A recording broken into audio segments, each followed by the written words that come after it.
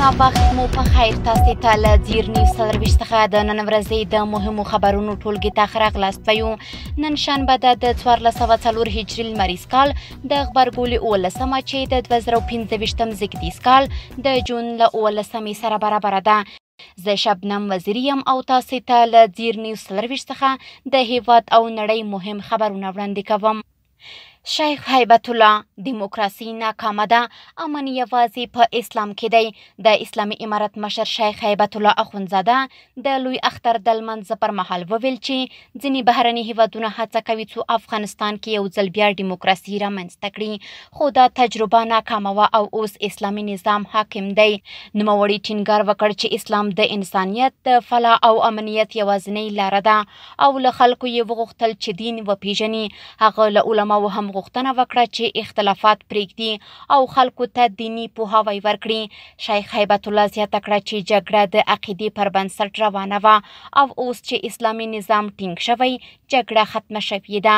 نوموړي امریکا د فلسطیني مسلمانانو قاتله وبلله او د ټرمپ پرېکړه یې وغندله چې افغانانو ته یې د سفر اجازه بنده کړې وه. هغه وویل چې د نشه یي بوټو کار د اسلامي اصولو له مخې بند شوی او چارواکي د ظلم لپاره نه بلکې د شریعت د پلي کولو او د خلکو د حقونو د خوندي کولو لپاره ټاکل شوي دي. دغه راز د کابل په ارګماڼۍ کې د لوی اختر لمونځ ادا کېدل. د کابل په ارګماڼۍ کې د اسلامي امارت رئیس الوزرا ملا محمد حسن اخوند د نورو لوړپوړو چارواکو په شتون کې ادا کړ. رئیس الوزرا د اختر له لمانځه وروسته وینا کې وویل امن او شرعي نظام د الله تعالی یو لوی نعمت دی او باید په قدر یې پوه شو. پر علماو لازمه ده چې د دې اسلامي نظام ساتنه او دفاع وکړي. نوموړي رسنیو ته په خطاب کې زیاته کړه باید د اسلامي نظام د مشعل خاموشه کولو اجازه ورنکړو. کورنیو چارو وزارت د لوی اختر د لمانځه مراسم په ډاډمنه او سوله ییزه فضا کې ترسره شول. د کورنیو چارو وزارت ویاند عبدالمتین قانی وویل چې د خلکو خوښي او آرامي د دوی بنسټیز لومړیتوب دی.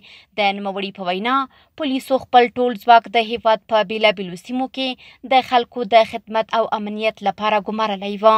ښاغلي قانی زیاته کړه چې د اختر په راتلونکو ورځو کې به هم د امنیت په برخه کې خپلې هلې ځلې لا پراخې کړو. ځاځي اریوب منډهیر ملي پارک کې په لومړي ځل د مخابراتي شبکو 3G او 4G خدماتو فعالېدل. د مخابراتو او معلوماتي ټکنالوژۍ وزارت په وینا د پکتیا ځاځي اریوب په منډهیر ملي پارک کې 15 مخابراتي شبکو انټرنیټي او مکالماتي خدمات فعال شول. یاده سیمه کې د سلام، افغان بیسي، اتصالات، روشن او اټوما مخابراتي شرکتونو انتنونه د انټرنیټي او مکالماتي اسانتیاو په موخه فعال شول. یاد وزارت پکتیا، پکتیکا، خوست او لوګر ولایتونو بې برخو سیمو ته 153 مخابراتي انتنونه منظور کړي. د هغې له ډلې یو شمېر ګټې اخیستنې ته سپارل شوي او د ډېریو نورو مخابراتي انتنونو رغنیزې چارې روانې دي. د هرات والي سره د ډیپلوماټیکو ادارو او یو شمېر قونسلګریو لیدنه. د هرات والي مولانا اسلام جار د بهرنیو چارو وزارت د استازولۍ له رئیس سره یو ځای د ایران، ترکمنستان او ترکیې د قونسلګریو له استازو سره په باغ اسلامي کې جلا لیدنې ترسره کړې. په دغو لیدنو کې یادو ډیپلوماټانو د اختر مبارکي ترڅنګ د هرات له خلکو سره د همکارۍ پراخولو او اړیکو پیاوړتیا په اړه خبرې کړي. مولانا اسلام جار دغه راز د محلي ادارې او یادو قونسلګریو ترمنځ د هر اړخیزو همکاریو پر پراخولو ټینګار وکړ. کورني خبرونه هم دومره و. اوس به زموږ همکار عزیر صافی تاسې د نړۍ له حالاتو خبر کړي.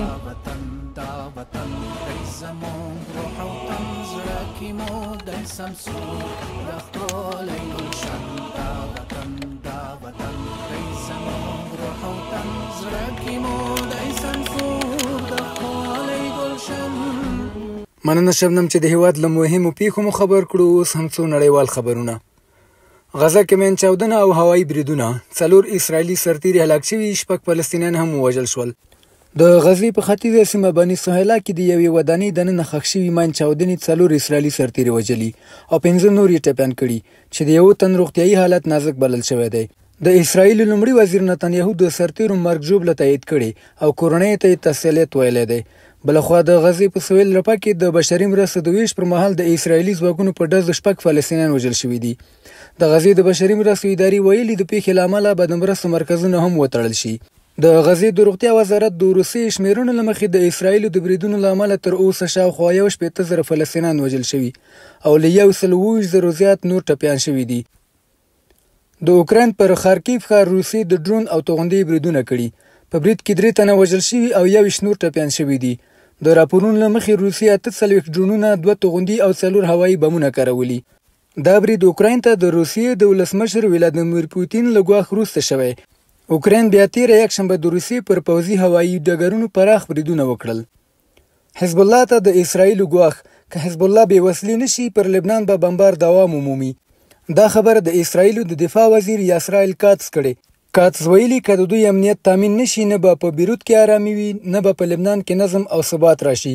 د پنجشنبې په شپه اسرایلو د بیروت سویلي ښارګوټو پر ګڼو سیمو هوایي بریدونه وکړل. د لبنان دولتي خبري اجانس بیا ویلي چې اسرایلي جټ الوتکو 12 بریدونه کړي. 9 ودانۍ په بشپړ ډول ویجاړې شوي او لسګونه نورې ودانۍ زیانمنې شوي دي. بلخوا بیا بیروت ته نږدې د حزب الله په مرکز بریدونه. اسرایلو د بیروت ښار په جنوبي څنډه کې پر داسې ودانیو هوایي بریدونه کړي چې د حزب الله اړوند ګڼل کیږي او ادعا کوي چې هدف یې د بې پیلوټ الوتکو د تولید یو پټ مرکز و.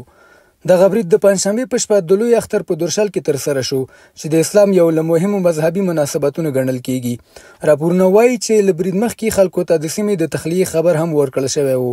د اسرایلي پوځ په وینا د برید موخه ځمکې لاندې کمپ و چې د ایران په مالي ملاتړ یې زرګونه ډرونونه تولیدول. په عین حال کې د لبنان لومړي وزیر نواب سلام د بریدونه سخت غندلي او ویلي دي چې د لبنان پر ملي حاکمیت، ثبات او اقتصاد قصدي یرغل دی.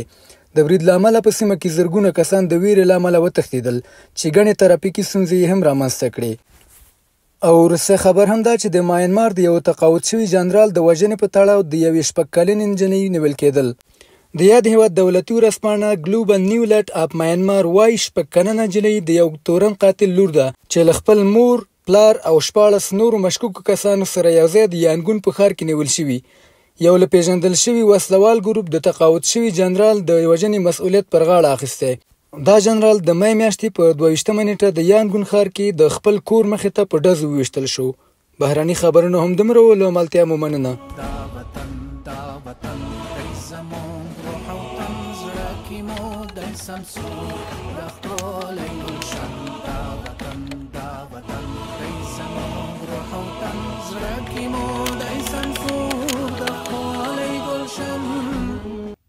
له عزیر سفینه په مننې چې تاسې د نړۍ له وروستیو مهمو پیښو خبر کړئ. اوس هم ورځو د سپورټ ډګر ته. میدان وردګ کې په لومړي ځل د قوت الرومي سیالۍ وشوې. د میدان وردګ ولایت په نرخ ولسوالۍ کې د 25 ورزشکارانو ترمنځ د لومړي ځل لپاره د قوت الرومي سیالیو ترمنځ د یاد رشتې ورزشي نندارې هم ترسره شوې.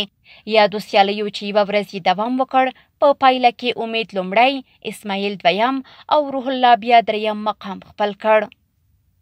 د افغانستان کرکټ ستورو راشد خان او ابراهیم ځدراڼ اختریزه مبارکي. د نړۍ د کرکټ ستوري راشد خان او ابراهیم ځدراڼ پر خپلو ټویټر پاڼو ټولو هیوادوالو ته د اختر مبارکي وړاندې کړي او ویلي دي چې دا اختر د سوله، یووالی او برکت راوړي.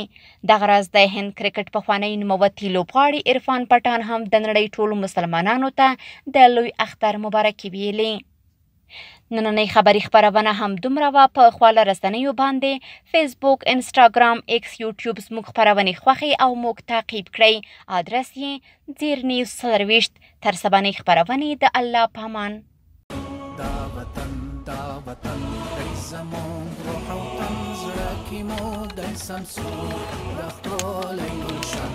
دا وطن دی زموږ روح او تن، زړه کې مو